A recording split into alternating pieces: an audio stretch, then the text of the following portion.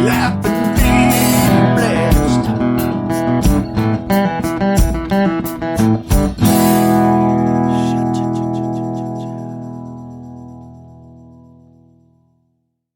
Welcome. Look at this. Welcome to this episode of Laugh and Be Blessed with your hosts, Jake and Jake Ruble. You look like you have a weird hat on. Also, the way I've noticed, is it my eye? Does this eye keep close? I was watching the interview, and look at why is my eye like that? You know, we're supposed to be making it seem like we haven't done the interview yet. We're introducing the interview, then it's fine. Look at my look at my eye. Lazy eye. What is up with that? Look how bad it is. I don't think it's Is it always like that? I don't know, because I don't know if like you're subconscious about it. Like, Tell me the truth. Is it new? No. I have a lazy eye? No one ever told. Look how bad it is, dude. This eye right here is almost normal. Is it all the time, or is it only whenever Okay. I want to be real honest. I need to hear it? I don't know, because of your glasses. I take my glasses off for you. When we're in bed and watching TV and the lights are No, off. no. I take my glasses off whenever we make whoopee. So are you saying that you don't look at my face? Let's be real honest. You don't every time, because there's been times I've wanted you to take your glasses off while I'm making whoopee, and you're like, yeah, but I don't want you to look all blurry. I want to see everything. Okay.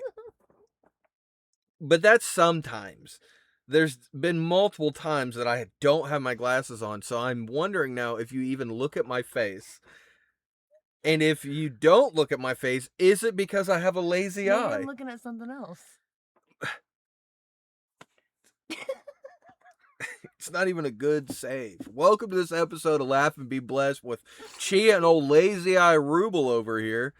Dude, and whenever you guys will see, first of all, thanks for being here. We have an awesome episode. I don't know. Here's anyone who listens. Some people are probably new because this is on YouTube, and we've never done it like this before. It's usually just us. We don't ever have anybody on here, but we decided to have a guest today, and we have an amazing guest we haven't even talked to yet. It's getting ready to happen. Oh, Who's it gonna be?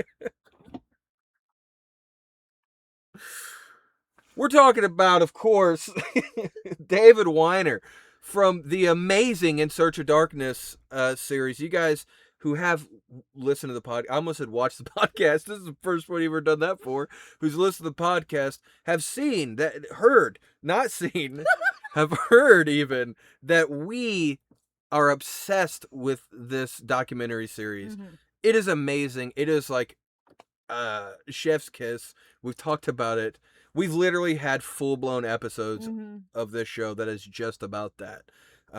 So we got to sit down. I guess we're all sitting. It was not here. He didn't come here. But we got to talk. You're doing a lazy eye. You can't do that. That's mine. You can't. What? Hey, thanks for coming and watching Laugh and Be Blessed with Jake Ruble. Enjoy it. So distracted the next time we make whoopee. Because of my eye? I'm going to be trying to pay attention. And Come on. That's all I can think Who wants to? That's all I can think about right now. What's funny is it looks like I'm doing it on purpose. This is normal. So this eye right here, that's normal eye for me. How do I never know? I don't think it's that bad normally. Well, what did I do today to make my eye like that? Well, I mean, maybe you took some medicine. Oh. And your glasses are normally on. That might be it. But whenever I just noticed that whenever I was looking at the video to make sure everything worked for the interview that we're about to do, that we haven't even done yet, I just kept seeing. Also, I don't know what I'm doing because I also watched a clip of it, and I should have had our camera on this side and his camera on this side because we're looking like this the whole time at his picture. So it looks like the whole time he's talking to us, we have our backs to him. Like we could care less what David has to say. And he was a great guy. Great And that's guy. not what it was. It turns out I'm not good at this. But you guys have stuck around and I appreciate it. Speaking of stick around, check out our Patreon, patreon.com/laughingbeblessed. It's cool.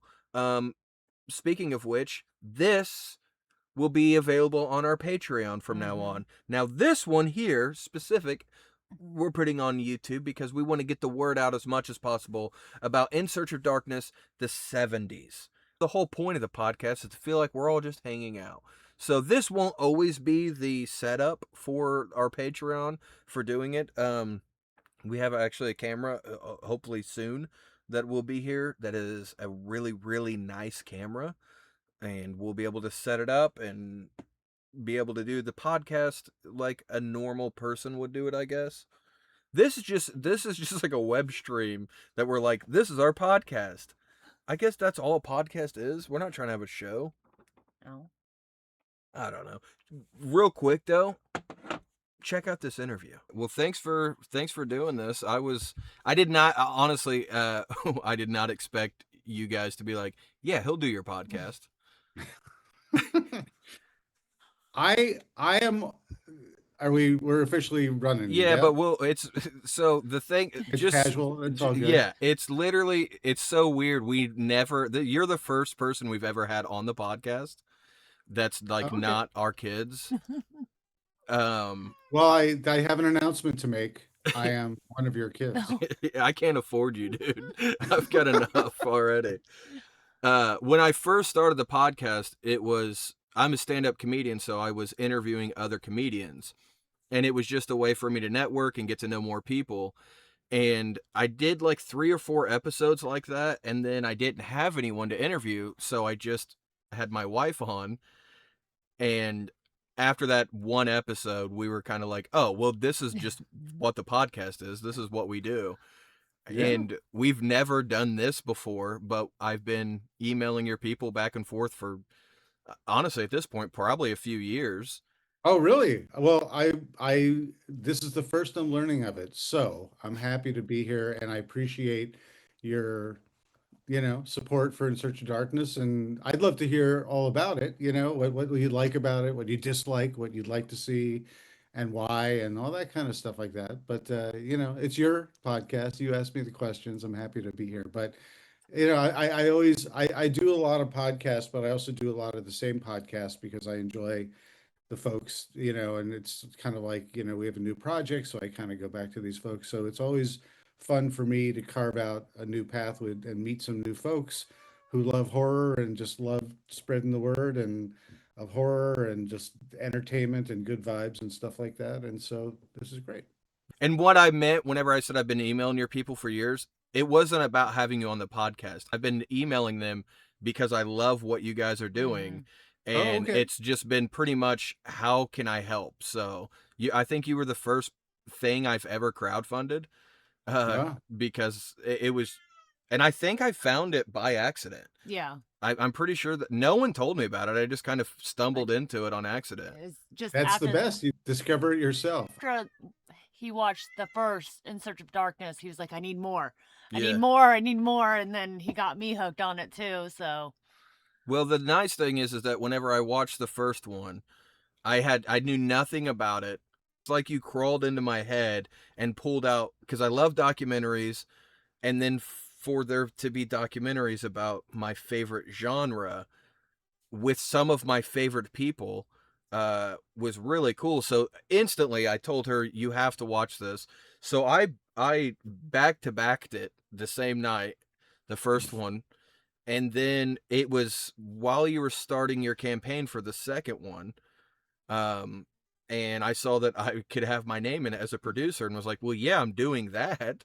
Oh, cool. Oh, um, cool. So that's working. Keep that So in you've there. been around since the get-go. You've been around since the first one, which Yeah. was we released in 2019. And so we're, in terms of all the In Search of Darkness movies, I'm currently working on my 6th In Search of Darkness and my 7th writing and directing for Creator VC because I also did In Search of Tomorrow, Oh, we have which is that. the Yeah, 80s documentary.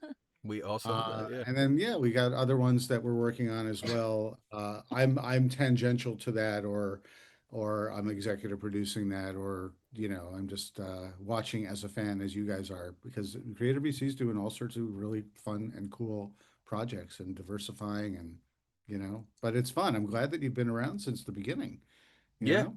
me too. It's pretty. It's cool to find the thing that you find on your own, and then you get to bring all of your homies into it, and you're like, watch this. This is amazing. Yeah. Anytime I run into another horror movie fan, we'll be talking about them. I'm like, oh, have you ever watched In Search of Darkness? And they're like, no. I'm like, watch it because not only is it great with all the interviews, you get a catalog of all these movies, and you're like, wait a minute, I haven't seen that. I haven't seen the stuff. Yeah, So let's watch that, you know? yeah. Yeah, it's the ultimate curation list, and I find it checks a bunch of boxes Mm, that when I made it the first one, they're all labors of love, but I mean I grew up as a horror fan and just a genre film fan.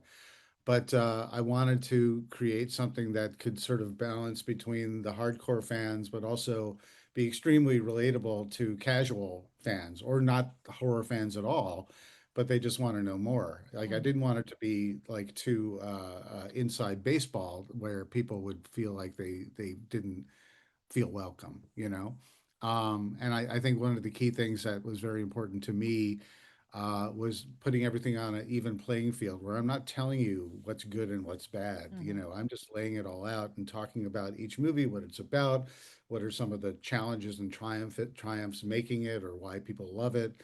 Getting some of the people, if we can, who are in front or behind the camera to talk all about it.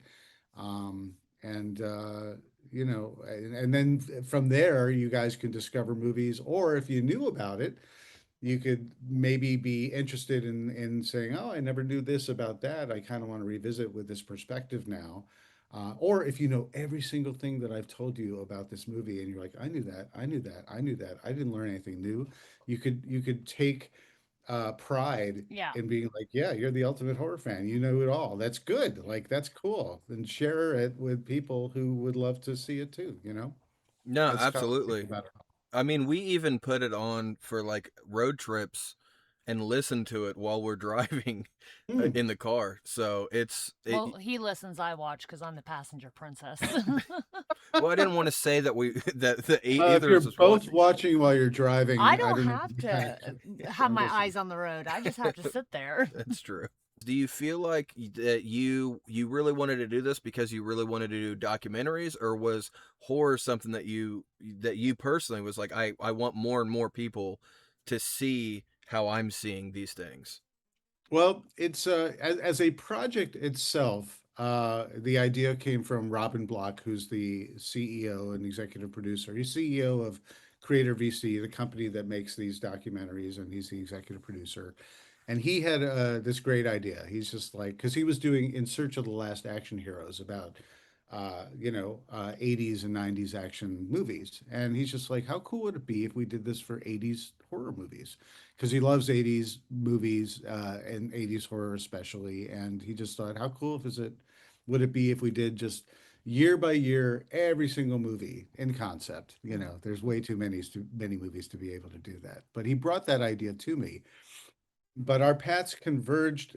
I'm simplifying the story quite a bit, but our paths converged because prior to this, I had been the editor in chief of Famous Monsters of Filmland magazine, which is a magazine that's been around since 1958, all about horror movies and genre film and stuff like that, sci-fi, fantasy, but mostly horror.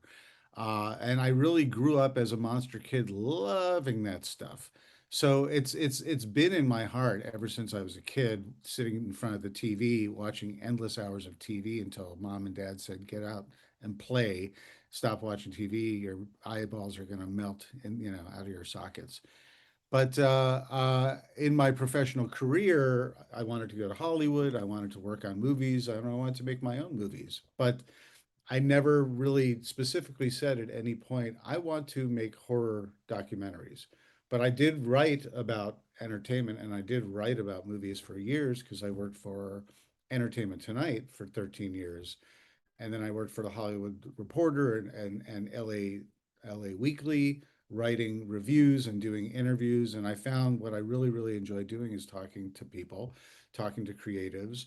And I love movies and I love geeking out over movies. And because I worked on movies as well, on movie sets and so on and so forth, I felt like it was kind of like the perfect storm. And so when the In Search of Darkness project came my way, uh, I just thought this is like a perfect just convergence of all the things that I love and my capabilities as someone who's a coordinator, who's organized, who can produce, who can direct, who can write, who can interview and make something coherent out of this. And I was never, I would be lying if I said I wasn't intimidated by how much there was and how I was going to organize it into a documentary.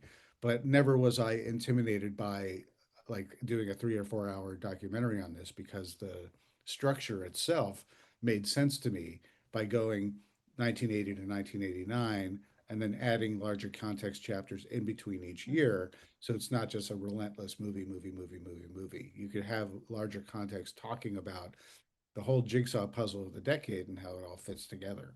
I was So gonna point that out, how I love how it'll break it up. Like you'll have, a run of a couple movies and then the best screen queens, and then it Yeah. goes on, and then there's like another segment, and I really enjoy that aspect of it, like breaking it up like that. thanks. And Yeah, I love playing with him whenever things like that come up. I'm like, oh, are they gonna mention this? Is this gonna be in the top 10 Yeah. or something like that? I've always thought that you could take those middle chapters between each year and you could put those together Hmm. by themselves. And of course you wouldn't have a 4 hour movie or 5 hour movie documentary anymore. But I think those are interesting enough to collectively define an era of horror, in any Hmm. given decade, and be very compelling and interesting. And I've always thought that we should do like a cut where it's just those and not the movies in between. Yeah. Not Yeah. that there's anything wrong with all the movies in between, but it would just make it more digestible running time.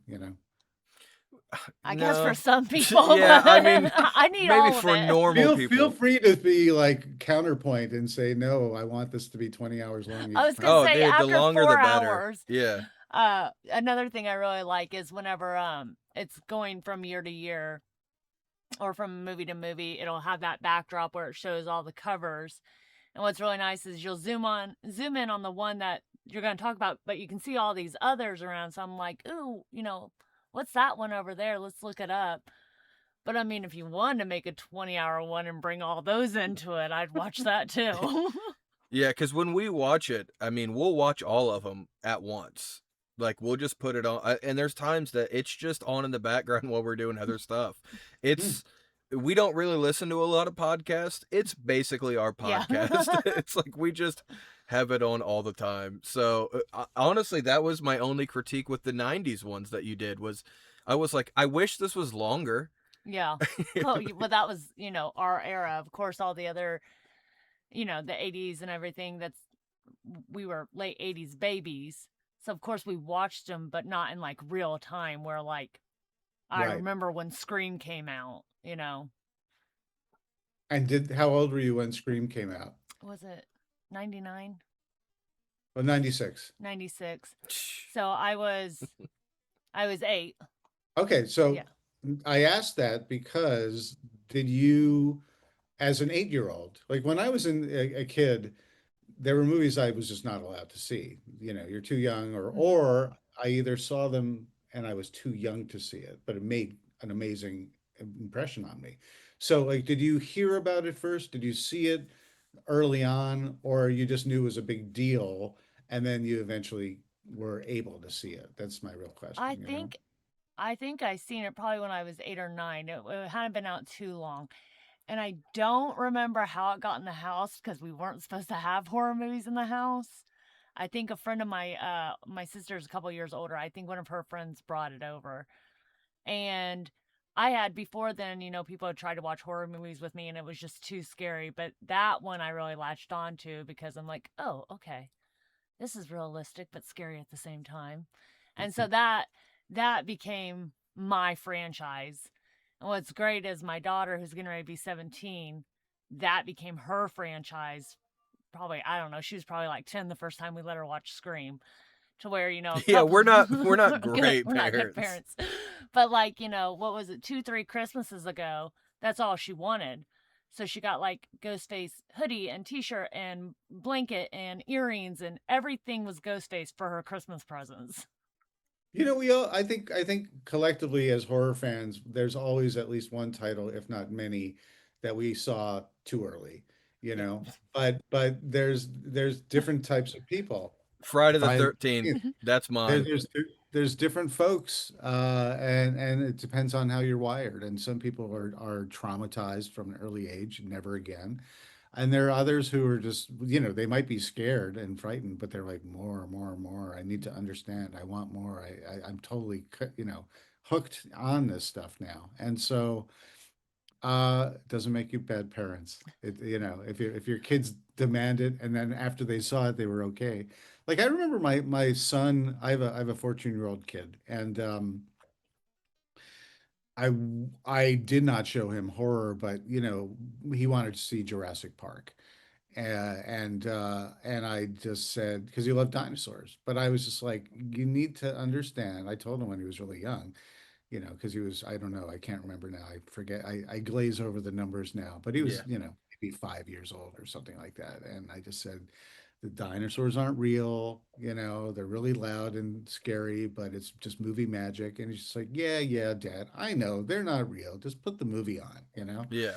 And loved it. And there was no trauma whatsoever. So I did not declare myself a bad parent, but I definitely Yeah. had my apprehensions. I was very even apprehensive, even though he'd seen like every Jurassic Park. I was afraid for him to see Jurassic World. What was it? Fallen Kingdom. Mm. The second one? Where or the third one? Anyway, I'm losing track. But Jurassic World Fallen Kingdom, I think that was the one. That was the one where it has the Indoraptor, and it's creeping in the girl's bedroom. Remember this? Or if you So haven't, Jurassic, I this, watched it, I yeah. love Jurassic Park, but this is a more of a her thing. Yeah, yeah. but all I'm saying is that they sold this on billboards and on the side of buses where there's this little girl in bed and a giant like claw about to get her. And I was just like, what are you doing? You're going to give my kid nightmares. I was Yeah. really, really concerned. And again, he just looked at me like, Dad, don't worry. It's not going to give me nightmares. I mean, he was little, but he's just like, yeah, no, I could totally handle this. And I'm like, well, if it gets scary, we could turn it off. And we watched It's the whole. I feel like it's And he good said, and what was the bad. scary part? I don't know what the scary part was. I feel yeah. like it's good and bad that it seems like these kids are desensitized, because again, my daughter's getting ready to be 17, so she's seen Scream and a couple other horror movies. She loves the Fear Street movies. So we're like, hey, you like horror movies? We're gonna show you a really good one. So we watched Friday the 13th with her. So she's 14, we're sitting next to each other, and we keep watching her at certain parts, but the very, very end, when she's in the canoe, we're like this, and we're watching, and little Jason comes up. Spoilers. And we both watch her, and the scene ends. She goes, yeah, it's pretty good. She didn't jump or anything. I was like, that was the most terrifying thing when I was younger. How did that not scare you? And she was like, oh. Well, every kid's different too, because our our oldest son, they're only 11 and a half months apart. So like as of right now, they're both 16. And he won't watch anything that's even remotely, like there's even shows that we'll want to watch sometimes that we don't see as scary at all, but for whatever reason it freaks him out. And we're just, we never try to push it or anything like that. Even though it's something that the rest of us, like, we love watching horror movies, and we'll sit around, we'll have big movie nights where we find one we've never seen or a new one or something, and we watch it. And we always kind of feel bad because we'll tell him you're invited, but like, I know you don't want to. We'll Yeah. do an anime night some night for you if you want. We can all watch an anime movie. But every kid's just just different. Yeah. And There's some anime that's full on That's what I horror, was gonna and say. it's not even designated as like horror anime. Like you could watch Jujutsu Kaisen, and they're fighting these demons that are these incredibly grotesque creations that are amazing, awesome Japanese anime, but it's like it's nightmare fuel. yeah, and he My can watch those son, fine. Yeah. right? So we've done the 80s, we've done the 90s. Most of us were like, all right, sick, here it comes. Here's the aughts. We're getting the early 2000s. And then you were like, psych, I'm going to go back to the 70s. So what made you want to go back to the 70s instead of doing the 2000s? I feel like the 2000s were they feel a little more recent. When you get to be my age, you like look back and you feel like you lose your sense of time, and you look backwards and you look at something that was 25 years ago and you feel like it was about 10 years ago. It's Yeah. 2026 now. I feel like the aughts were like 7 to 10 years ago. It Yeah. just feels very recent to me. And I like to have a little distance before we start revisiting. And there's a big glaring hole of we've never done 70s horror yet. And these films, these documentaries that I get to make, where I get to interview many of the folks who made these films or starred in these films, and uh, they're not getting any younger, Yeah. and many have passed. Yeah. And I kind of felt like as a time capsule, I really want to capture as many folks as I can, talking about their experiences and their perceptions, and their influence. The films that they made have incredible influence, and they're really all over the map in terms of the quality, not in a bad way, but just like there's really cinematic stuff, and there's like exploitation stuff, and there's sort of knockoff stuff. There's just like an absolute buffet of amazing types of movies. And I want to talk to as many folks as I can to just talk about this era, just like I do with all the other In Search of Darkness movies. But I felt like going back to the 70s, it was time to do that. So I hope it wasn't too much of No, No, I'm psych. no. excited I about mean, it. I am too. I mean, what a great response to that Yeah. question. I mean, that makes so much sense. You gotta get them while you can. You got to sit down and talk with these people while you have the ability to. But also, I'm excited about it because the '80s is kind of where I always go to whenever I'm watching horror movies. And obviously, there's some from the '70s that I've seen, but there's gonna be a bunch from the '70s that I've never seen before. So I'm excited just to learn about movies that I've never even seen and open it up more. Yeah, And it comes back to that. Sorry to interrupt, but go real ahead. quick, just that curation list, it's like I find and I'll throw it right back to you. I can get caught up in long answers, but I find there's a whole generation who, the younger you are, younger than you, younger than me, younger than your coworkers, they are overwhelmed by the choices that are out there. I mean, I used to work next to someone who's just like, oh, I've never seen Star Wars. And rather than shame them, I was just curious. I'm like, really? Really? Never saw Star Wars? Like by choice? And she's like, well, everyone talks about it and I know I should see it, but there's so many Star Warses now and I don't know where to start, and there's a whole order you're supposed to do, and I found it really overwhelming. And I said, "Oh, okay. All right. Well, here's my recommendation, but I understand why you're overwhelmed, and there's like other stuff like, oh yeah, everyone says you got to see Pulp Fiction, but there's so much to see. And a lot of people gatekeep and shame as well if you haven't seen these things. So that should be abolished right away. But Agreed. I just think ultimately people need some sense of curation. And so that if anything, these documentaries do provide that, where they're like, okay, here's like a good sampling of 10 movies per year. That's 100 movies that you could look at over the course of a decade that you could sample. And I guarantee you've heard of easily 25, 30, even 40 of these films, but there will be 60 films that you're just not familiar with or maybe never even heard of. And how cool is that you could discover these as well? Oh Back no, to you. I'm just super excited for that. It is. I mean, we would do that stuff anyways if we would constantly have like notes in our phones of these are movies we have to watch together. Yeah. And then it was nice because if you buy the physical copies, you can get like printouts basically of, hey, Yeah. here's all of the movies that we're going to talk about. Here's, here we didn't have to take notes anymore. It's just like, oh, it's Yeah. right in front of us. Yeah. So I mean So you that, can just watch the documentary and then be like, all right, put little stars next to the one that really are interesting and yeah, go to those first. which she's a completist. So for her, like she reads tons of books every single year. I mean, hundreds of books. It's ridiculous. That's And she's a completist about it. She's like, no, I'm going to start this series. I'm going to read the whole series, to where if I read a book and I don't like the first book in the series, I'm fine with just being like, well, that one wasn't for me. And she's like, well, now I have to read this whole stupid series that I don't even like because I can't leave anything unfinished. Yeah, well, film is the same way. Mhm. Film, music, books, it's like you discover something and you're interested and you're like, well, I want to see what else they've done, this artist, this writer, this filmmaker. And you can go down the rabbit hole and discover their other work. And that's always fun.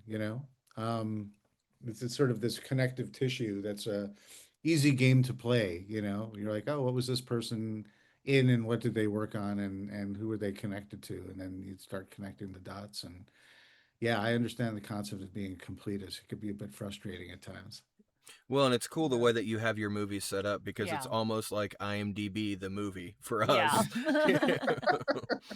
We had that title and it didn't test well. Yeah. It's a boring title. Well, and it was really fun to watch the 90s because since I started, you know, 2019 watching this series, a year after that, well, that year I also became a comedian, a stand-up comedian. I started touring, I started meeting different people, and I became friends with Jason Mewes from Jay and Silent Bob.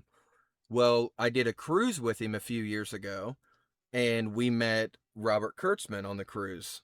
Oh, okay. And I didn't even know that's who it was when we ended up hanging out with him and his wife for an hour, and I was just calling him Bob because 'Cause that's you how kept he was. yeah. That's how he was introduced to us.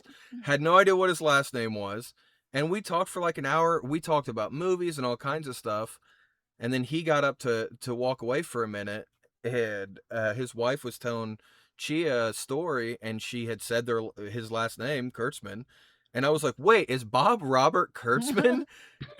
And she was like, yeah. So they ended up becoming, our friends. We hung out with him a lot, and I text him every now and then. And then to watch the 90s, and now I know him, and he's in it, and I was just like, oh, that's my friend. I was like, I know Yeah. that guy. It's He's really all cool. over it too because I mean, I sometimes this is not meant to be a slight on Bob Kurtzman. Sometimes, I try and keep the balance of people, in Mhm. terms of like not too much of one person and, Yeah, but he's done everything. He's Yeah. yeah, been everything and he's the best voice because like, I'm like, oh yeah, you did Vampire in Brooklyn too. Also, you did this one and oh, of course you did The Faculty, and so it's just it's perfection. yeah. And it's so wild because you have a conversation with him, and you just would never in a million years did I assume that's who I was talking to because he's such a fan.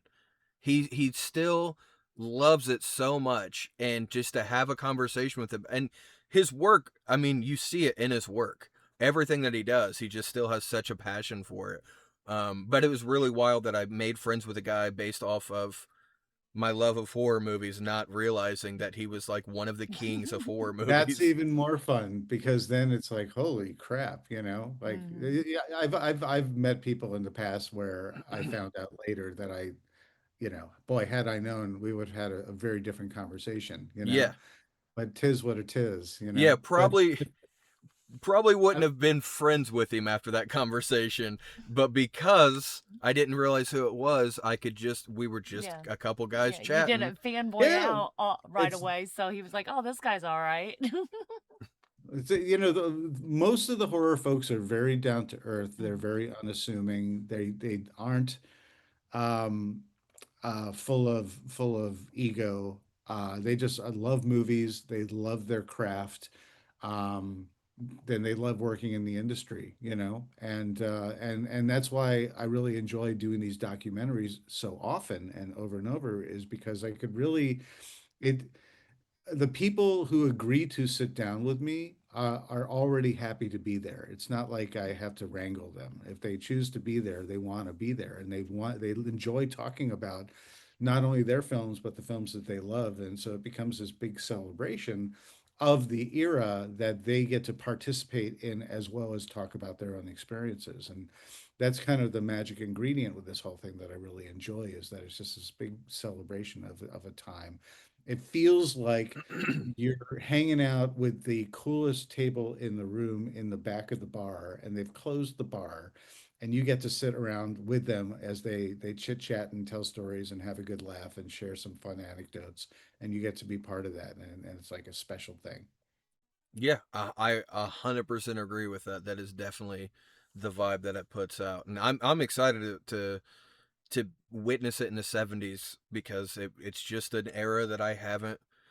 I mean, hopefully, eventually, we do get to at least the early. I feel like the early 2000s are almost the '90s.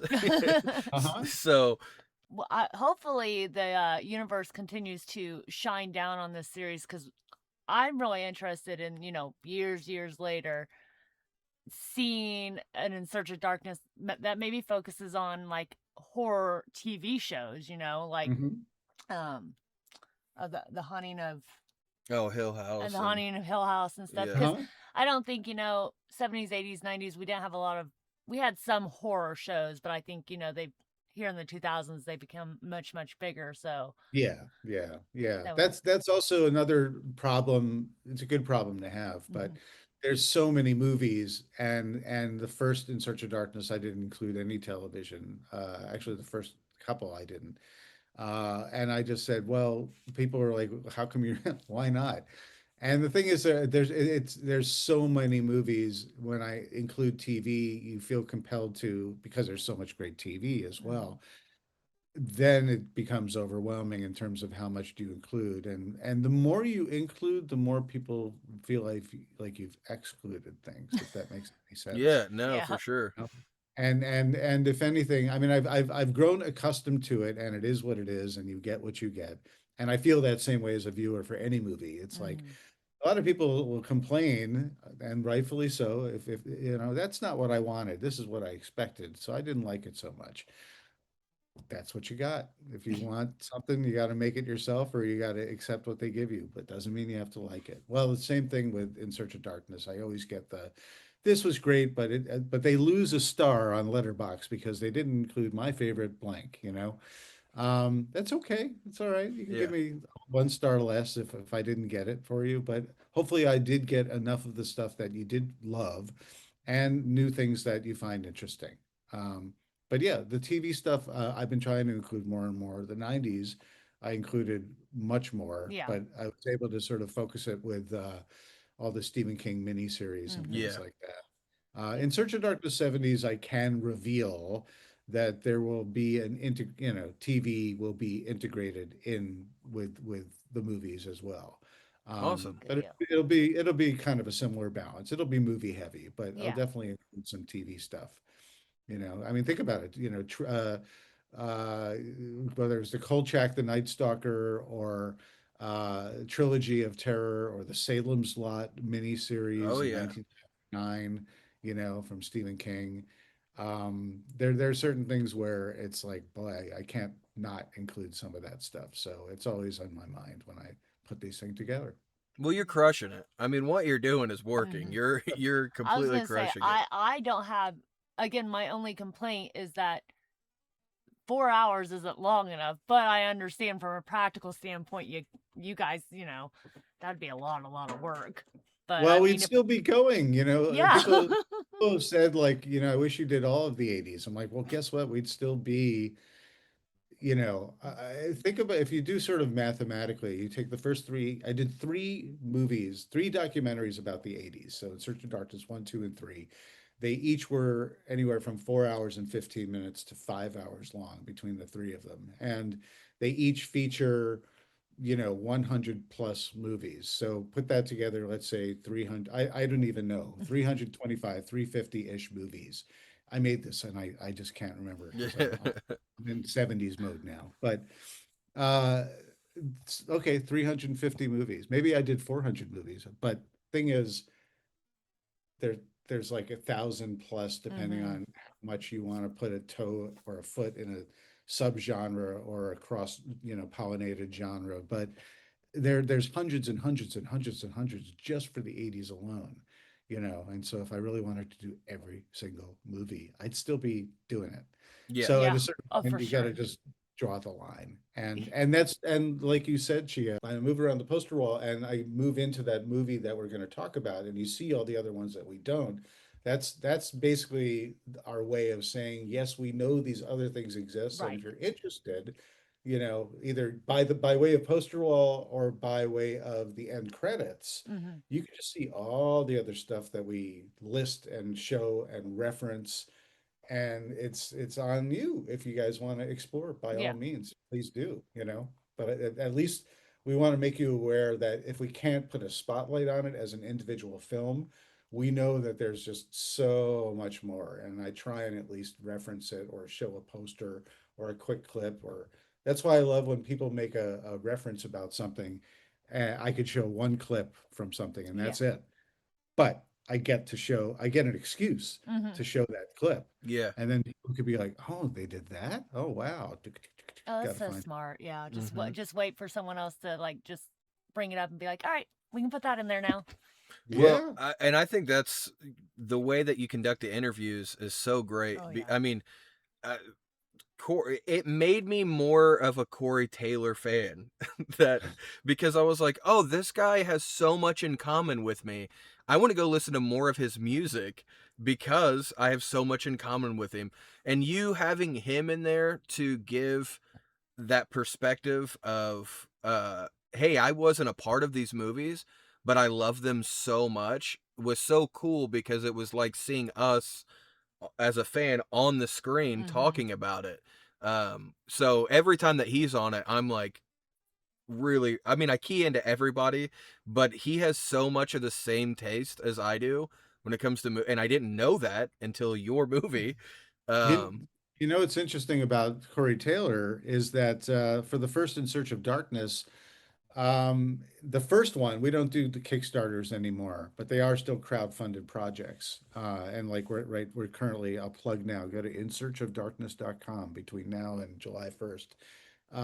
And you can help crowd fund In Search of Darkness 70s. And then I'm already in production, but you get to see this across the line and your name in the credits, blah, blah, blah. First one we did, the Kickstarter, one of the top we had three spots where if you donated a certain amount of money, you get to appear in the film.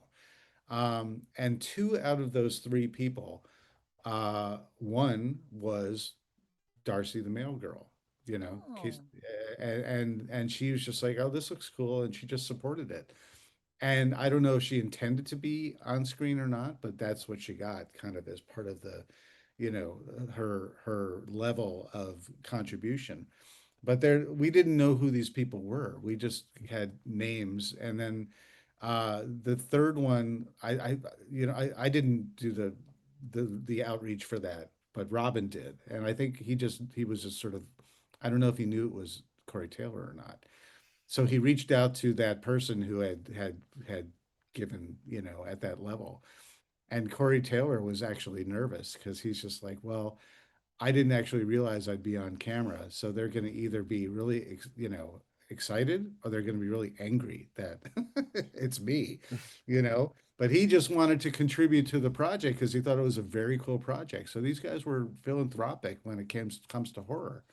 And so when we found out that, Corey Taylor was like, oh, yeah, come on, get on camera. And the same thing with, you know, um, I'll call her Darcy the Mail Girl, Diana Prince. She has multiple names, but Darcy the Mail Girl from yeah, Bob. I didn't That's so realize that. cool. That's really Yeah. cool. Yeah, I didn't realize that. And then how wild that he ended up being one of my favorite parts of it because it was cool to see, and that makes sense. He had such a passion for it. He loves it so much, and it really reads through in the documentary.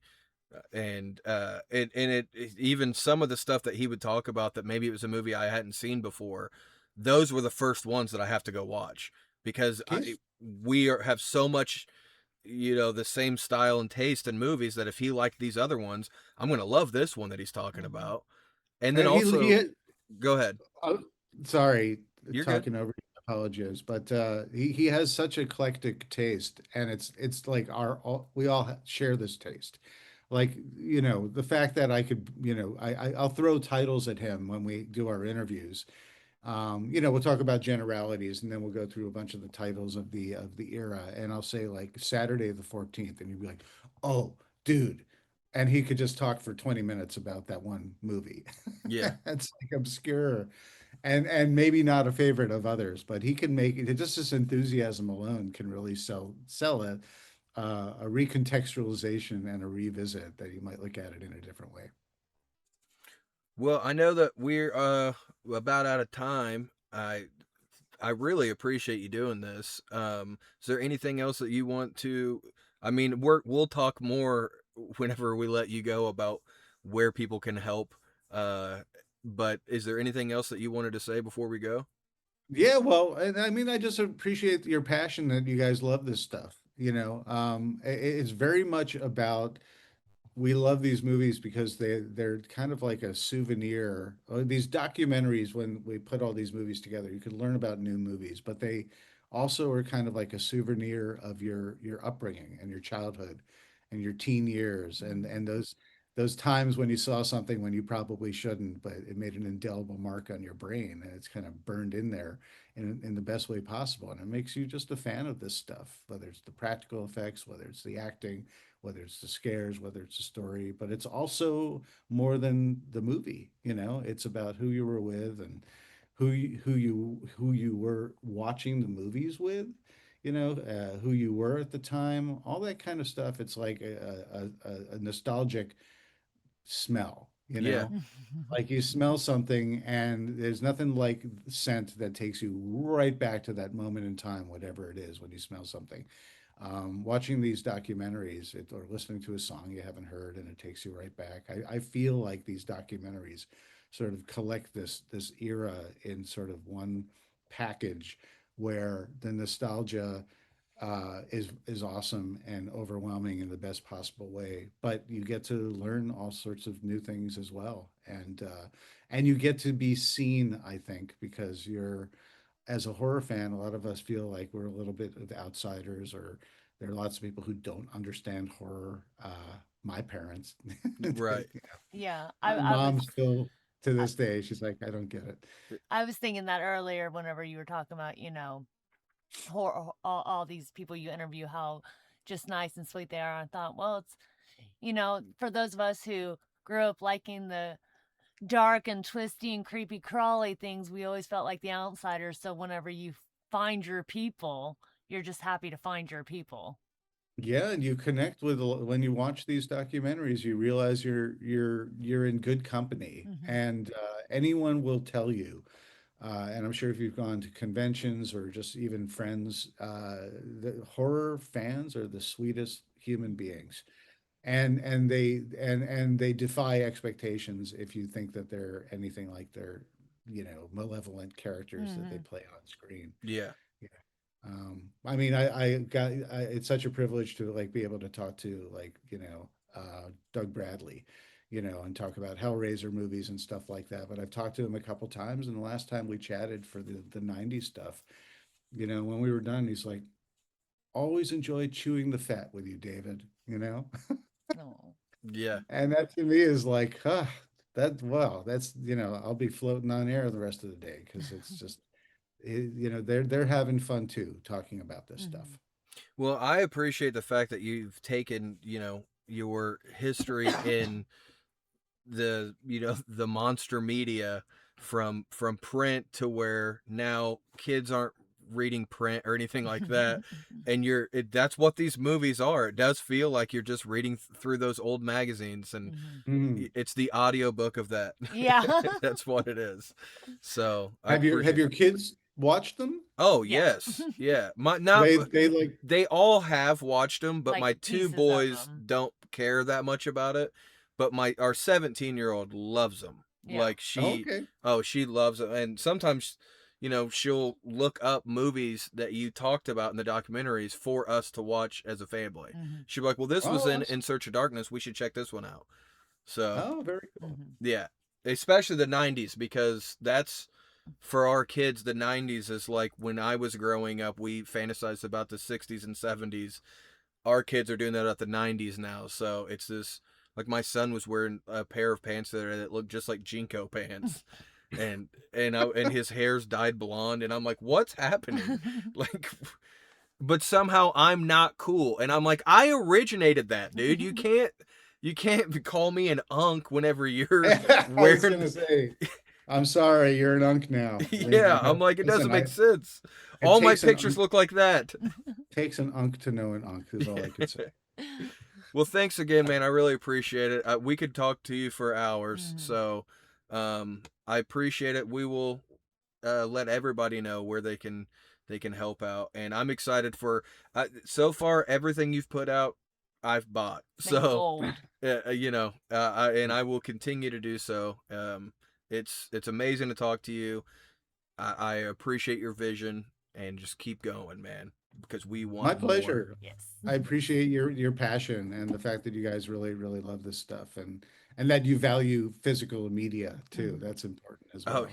yeah, if you could see the rest of my cabin here, it's ridiculous. It's VHS tapes and board games and Nintendo games and all kinds of stuff. So, That's awesome. Like a lot of the stuff that's all been on, electronic media, digital media, all that kind of stuff like that, especially with streaming, it comes and it goes and you can never find it. A lot of this stuff plays on Shutter now, and that's wonderful, and mhm, then more eyes get to see it. But people have been like, well, where's In Search of Darkness 2? It's been gone. And In Search of Darkness, there was hard to find. And those seem to be coming back currently. But the thing is, they come and go. And Mhm. so when it's on your shelf, you can grab it anytime you yeah, Yeah. want. And at last I'll say about the subject and is that I'm noticing that there's a trend now that a lot of people are buying up VHS, Mhm. because they're and DVDs, but just standard.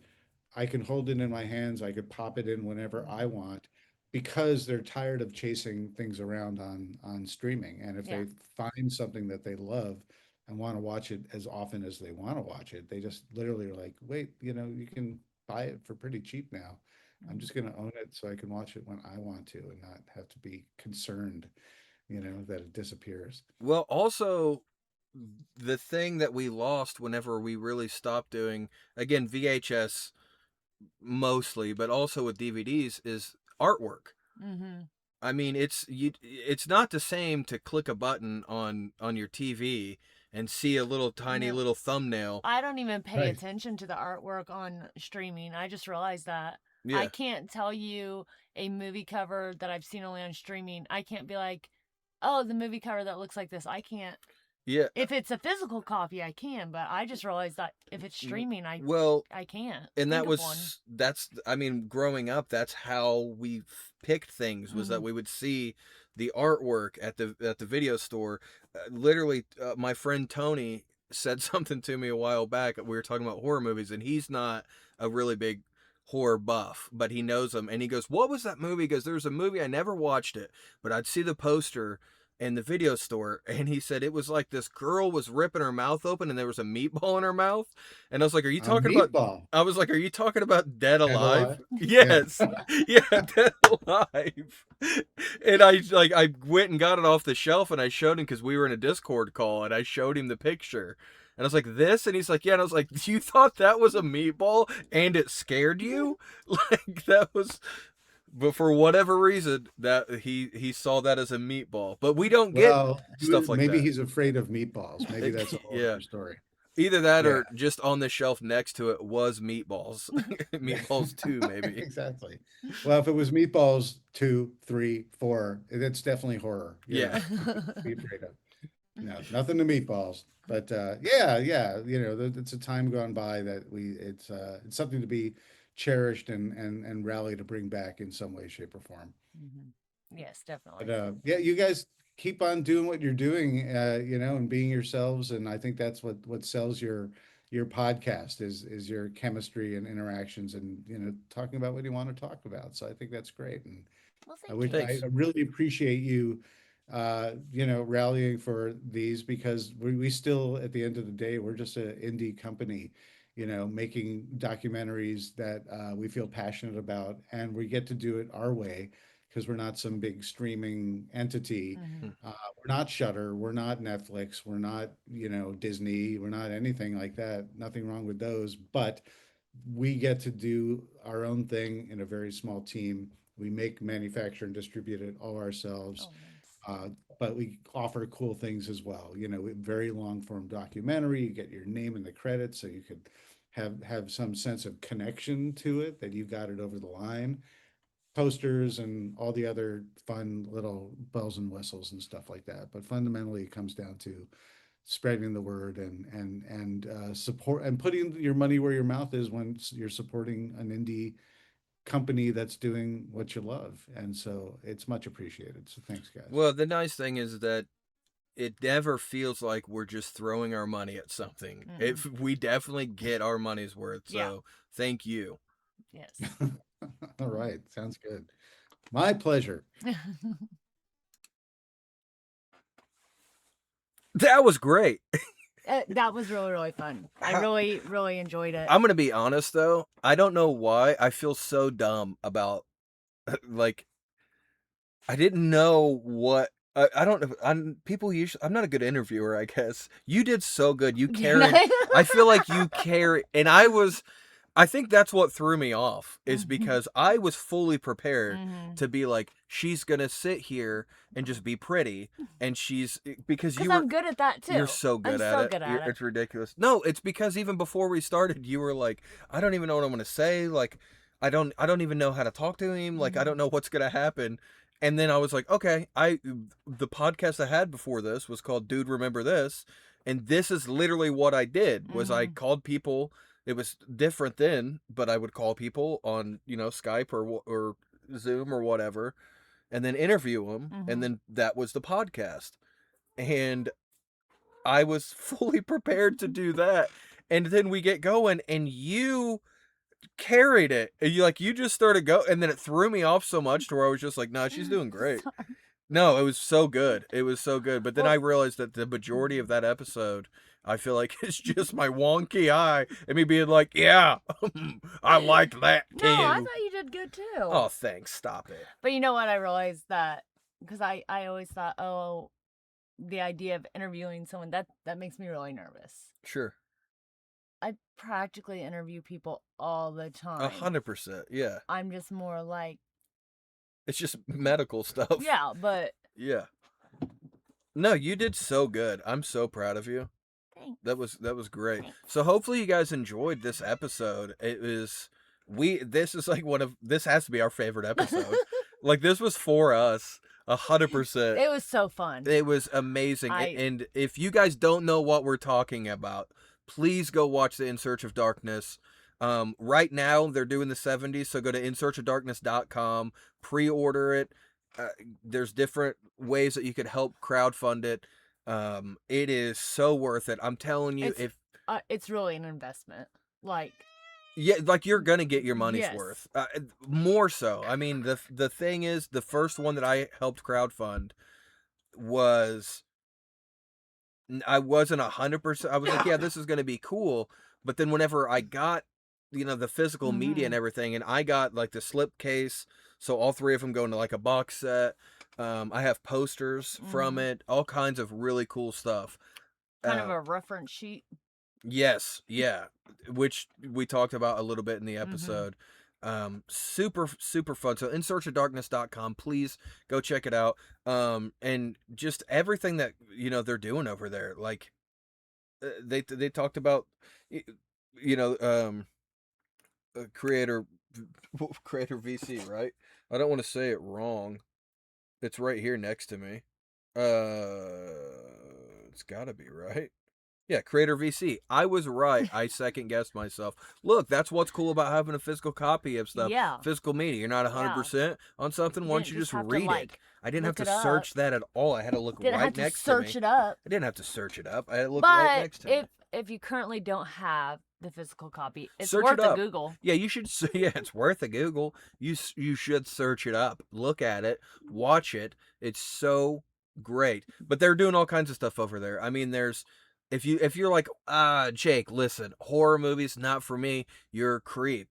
Okay, I get it. Whatever. Don't call me a creep. Kind of rude, honestly. Yeah, for real. But Jeez. I mean, it is what it is at this point. But if you're not into that, they have like In Search of the Last Action Hero. Mm-hmm. Watch that if you like action movies. They have a lot of different things. What's the other one? In Search of Tomorrow? Yes, the sci-fi one. Yeah. Um, Is it In Search of Tomorrow or Tomorrowland?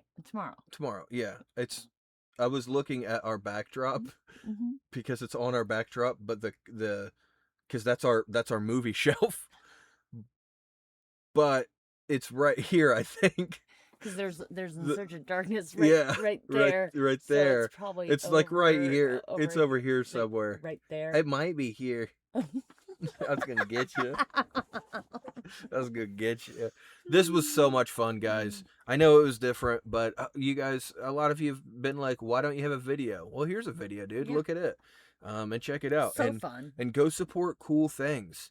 If you're like, you know what, that's not really for me, you should just support people doing cool things sometimes. If you have the means. If you don't have the means, I get it. You know, hopefully it'll be streaming somewhere and you can watch it.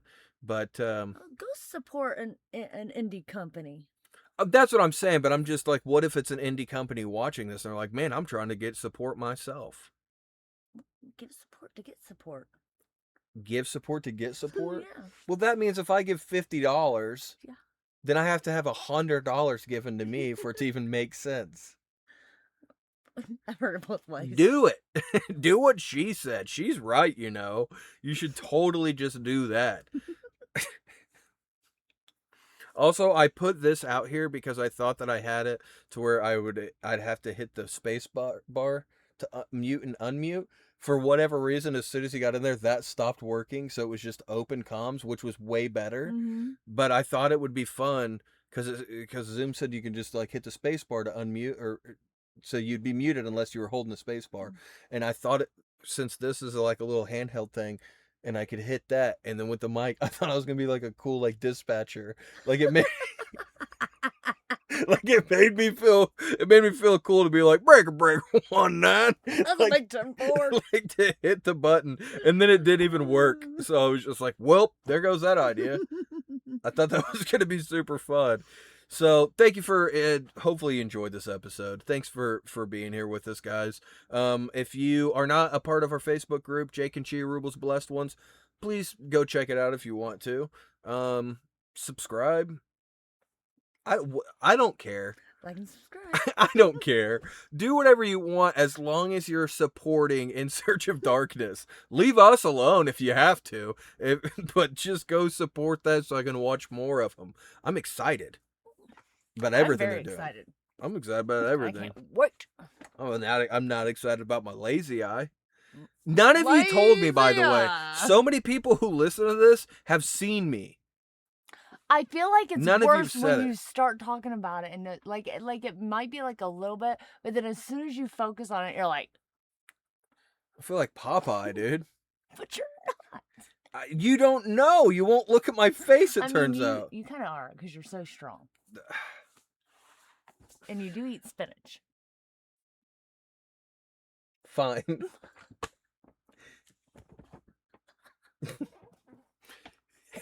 Why are you so upset? I forgive you You're so because you said I'm strong. Popeye. No, because the lazy eye. But I forgive you now. Thanks. You're supposed to. I never know how to set you up for that for the outro.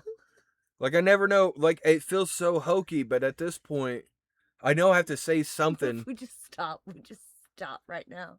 Just breaker 19. Over now. That's how we start. That's how we stop the podcast from now on. Over now. Over now. That's not a good message. What? Because we're over and out.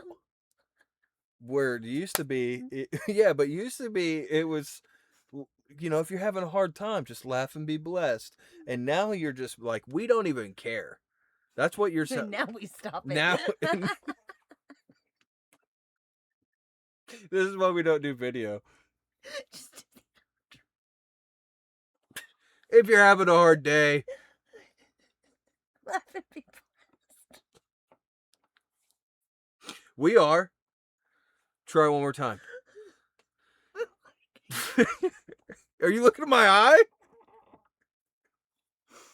Here. If you're having a hard day, Just I can't hear you. laugh and be blessed.